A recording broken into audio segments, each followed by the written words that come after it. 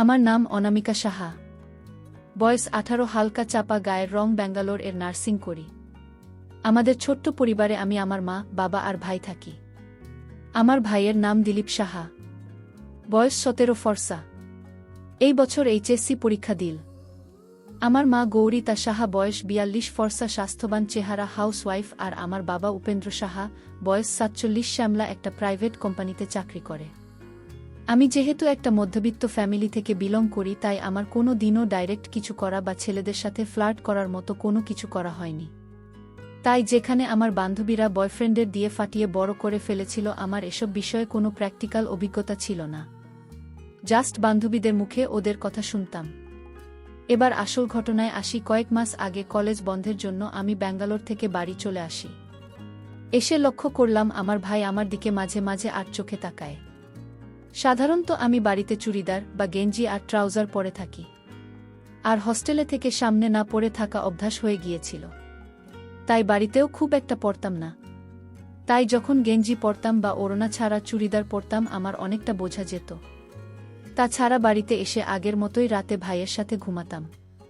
তখন ঘুম থেকে ওঠার পর জামা কাপড় এলোমেলো থাকত, আর ভাইয়ের ওই নারীর নিচে চাপা দেওয়ার চেষ্টা করত। যেহেতু আগে সব অতটা বুঝতাম না, তাই খেয়াল করিনি। কিন্তু তখন থেকে বুঝতে পারলাম আমার ভাই ও বড় হয়ে গেছে। তাই তারপর থেকে আমি ও ভাইকে আস্তে আস্তে প্রশ্রয় দিতাম।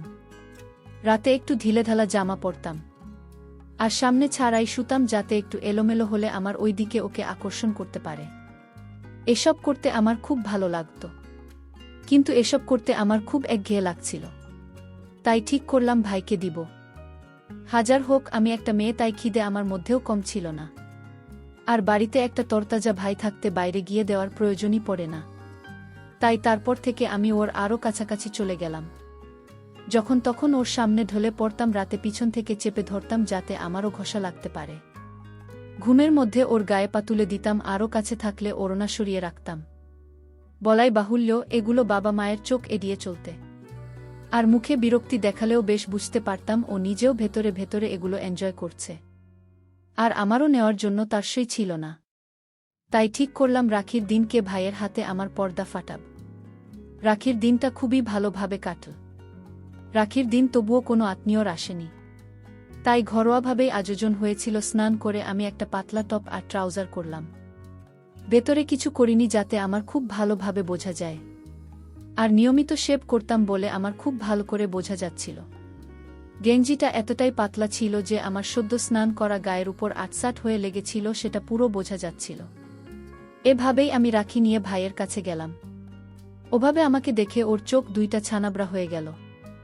বুঝলাম ওর নিচে জেগে ওঠা যন্ত্রটাকে সামলাতেও প্রাণপণে চেষ্টা করছে।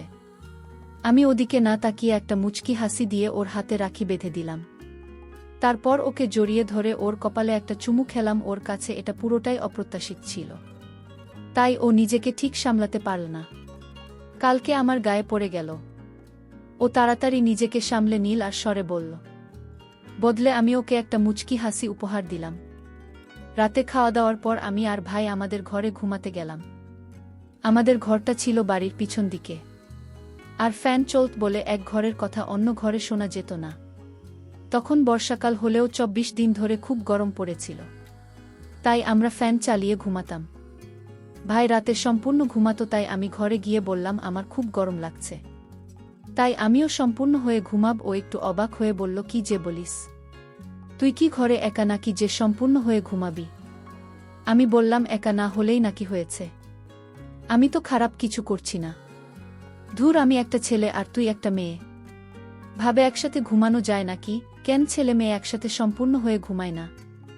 ধুর, আমরা তো ভাই বোন, ভাবে আমি থাকতে পারবো না। তুই বরং এই ঘরে ঘুমা, আমি মা বাবার সাথে ঘুমাতে গেলাম। এবার আমি ওর হাতটা টেনে ধরে বললাম, দিদির সামনের দিকে তাকানোর সময় মনে থাকে না আমরা যে ভাই বোন? এই বলে আমি আমার সম্পূর্ণ ফেললাম, আর আমার বেরিয়ে পড়ল। আমার দেখতে পেয়েও আমার উপর ঝাঁপিয়ে পড়ল। আমি হেসে বললাম, কি রে, এখন আমরা ভাই বোন নই? ও বলল, ধুর, ভাই বোনের সম্পর্কে তোর খাওয়া অবধি, তুই আমার পার্সোনাল। তুই নিজের মায়ের পেটের ভাই, এর মুখেও রকম কথা শুনে আমার ইচ্ছা 10 গুণ বেড়ে গেল। আমি ওর মাথাটা আমার রান্না করা খাবারের উপর রেখে বললাম, যত পারিস তোর দিদির খাবার। আমার মুখে এসব কথা শুনে অবাক হয়ে গেল। বলল, এসব কথা কি তুই কোথায় শিখেছিস? আমি বললাম, বাইরে হস্টেলে থাকলে অনেক কিছু শেখা হয়ে যায়। ও আর কথা না বাড়িয়ে খাওয়া শুরু করল। আমি ওর খাওয়া দেখে মুচকি হাসলাম।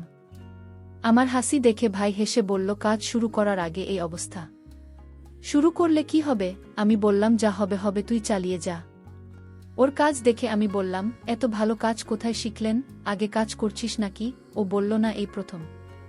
আমি হেসে বললাম, তবে এবার রাখিতে আমি তোকে আমারে গিফট করলাম। ও তাই শুনে আমাকে একটা হামি দিল। সেই রাতে আমরা আরও অনেক কাজ করেছিলাম। তারপরেও অনেক করেছি। কিন্তু সেই সুখ আমার বেশি দিন থাকল না। 3 মাস পরেই আমার বিয়ে হয়ে যায়। আমার স্বামী বিদেশ থাকে। বিয়ের 1 মাস পর বিদেশ চলে গিয়েছে। বাসর রাতেই স্বামী দিয়েছিল। এরপর আর কেউ দেয়নি। বলতে পারো নেওয়ার ইচ্ছে আছে, কিন্তু উপায় নেই। স্বামীর আবার সমস্যার কারণে বাচ্চাও হয়নি। স্বামী বিদেশ গেল, 1 বছর পার হয়ে গেছে। বর্তমানে গ্রীষ্মকাল চলছে। অনেক গর্ব করছে। শরীর ঠিক রাখতেও অনেক পানি খেতে হয়। অবশ্য আমি প্রয়োজনের চেয়ে বেশি খাই। এই গরমের মধ্যে আমি আর আমার বান্ধবী একদিন ঠিক করি শপিং করতে যাব। দিনের বেলা অনেকটা, তাই সন্ধ্যার পর বাহির হব ঠিক করি। আমি বান্ধবীর সাথে সন্ধ্যায় শপিং এ বাহির হই। বাহির হওয়ার আগে বেশি করে পেট পুরে পানি খেয়ে নিই।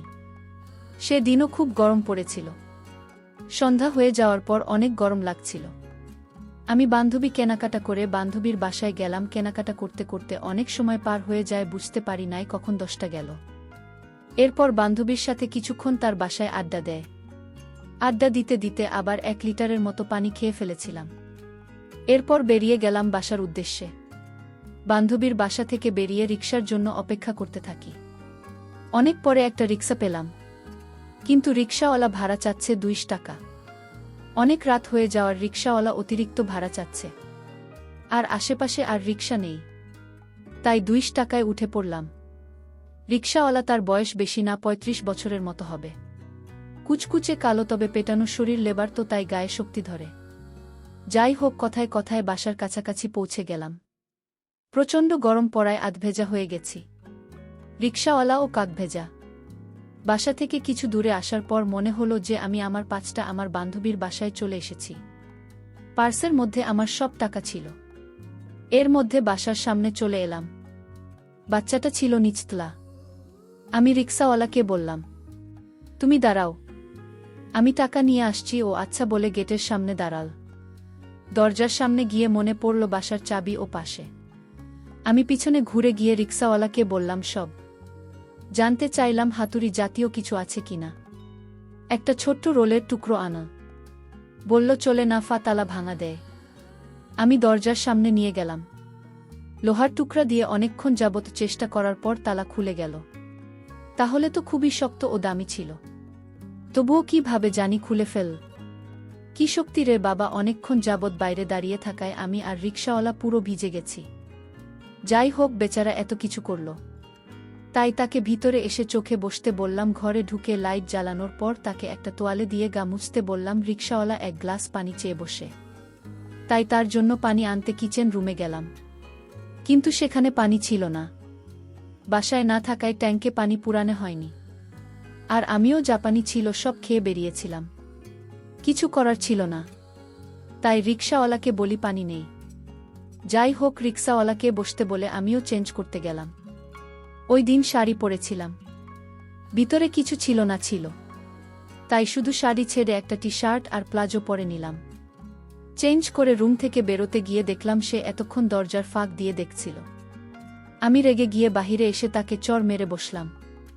বলল, আমি ভুল করেছি, মাস দেন, আমার টাকা দেন, চলে যায়। আমি রেগে বেডরুমে গেলাম। এ কি? আলমারির চাবি ভুলে পার্সেকরের সাথে নিয়ে গেছে, কি হবে এখন? আমার সব টাকা যদিও পার্সে রিয়ে গেছে, তাও খুঁজে দেখি কিছু পাই কিনা। অনেক খুঁজে 50 টাকা পেলাম। রিকশাওয়ালার কাছে এসে নরম গলায় সব বললাম। 50 টাকা এগিয়ে দিতে সে নিতে রাজি না, ধমকের সুরে বলল, টাকা দেন, নইলে ভালো হইবেক নেই। আমি নিরুপায় হয়ে বোঝানোর চেষ্টা করলাম, কিন্তু সে শুনতে রাজি না। রাগ হয়ে গেল। রাগ হয়ে আমাকে গালি দিয়ে বলল, এত কষ্ট করে নিয়ে এলাম, পানি ছিলাম, তাও দিলেন না। আবার তার উপর মারও দিলেন। মারার কথা তোলাতে আমি বললাম, তুমি দেখছি না কেন? মারা উচিত। এবার সে গালাগালি শুরু করল। আমি প্রতিবাদ করতে গেলে আমাকে উল্টো বলে 2 ঘন্টা ঘুরাইয়া আছেন। ওটা কিছু না, আমি দেখছি তাতে দোষ। আমি আরও রেগে গেলাম। রেগে গিয়ে আমিও তাকে গালিগালাজ করলাম। এতে রিকশাওয়ালা লোকটা আরও ক্ষিপ্ত হয়ে গেল। এবার সে বলল, টাকা দিয়ে নইলে আইস্তরে ভেড়া টাকা উসুল করুন। এই বলে সে ঘরের মেন দরজা বন্ধ করে দিয়ে আমার দিকে এগিয়ে এলো। আমি দৌড়ে বেডরুমে ঢুকে দরজা আটকাতে গেলে সে ধাক্কা দিয়ে রুমে ঢুকে গেল। আমাকে জাপটে ধরল। আমি ছাড়াতে চাইলে চর্মে ফ্লোরে ফেলে দিল। লোকটার গায়ে অনেক শক্তি ছিল। এক চড়ে আমার মাথা ঘুরে গেল। এই ফাঁকে সে এক টানে আমার সামনে ছিঁড়ে ফেল। অত জোরে চড় খেয়ে মাথা ঘোরাচ্ছিল। কোনো মতে নিজেকে নিয়ন্ত্রণে আনি ততক্ষণে সে আমি প্রতিবাদের চিৎকার করতে গেলে আমার মুখ চেপে ধরে লোকটা হা হা করে হাসতে শুরু করে। এরপর সে আমাকে মারা শুরু করল, সাথে গালিও দিতে শুরু করল। মারতে মারতে লোকটা বলল, আর কোনোদিন পুরুষের গায়ে হাত দিবি। এরপর সে থেমে গেল। ভেবেছিলাম বুঝি শেষ, কিন্তু লোকটা বলল, একটা শর্ত পূরণ হয়েছে, বাকিগুলির জন্য তৈরি হও।